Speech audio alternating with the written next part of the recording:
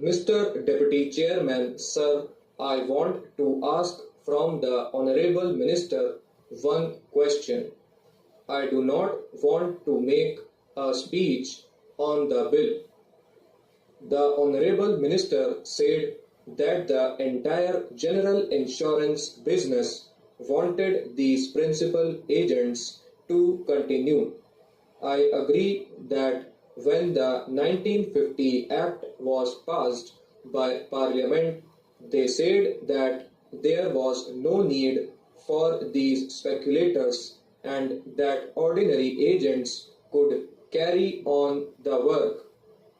But after the experience of so many years, they came to the conclusion that these principal agents performed a function.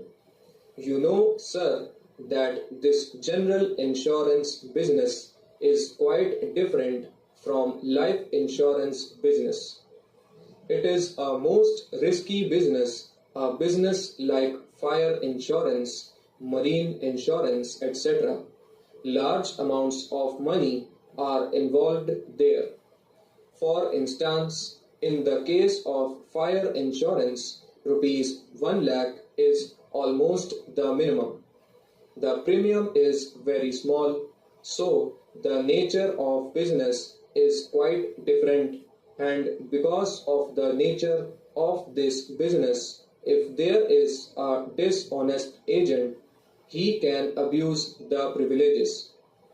As I said, sir, it is a matter of fire insurance and whether all the provisions of the contract have been fulfilled or not is not clearly stated. If there is an unscrupulous agent, he can certainly make a wrong report. Similar is the case in marine insurance. All sorts of goods come from foreign countries and they are insured. Then there is the inspection carried out. When inspection takes place, the agent is generally present. The principal agents used to be firms, recognized firms of some status as against an individual agent. These firms had a status, they had a capital, they had a background, and they used to employ 2 or 3 subsidiary agents to carry on the work. Naturally, these principal agents had an important place.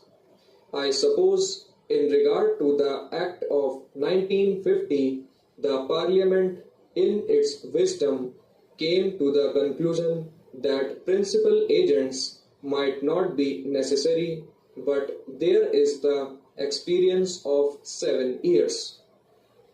I want to know from the Honorable Minister why, when the industry comes to the conclusion after an experience of 7 years that the principal agent is an important person in performing a function, this via media was adopted.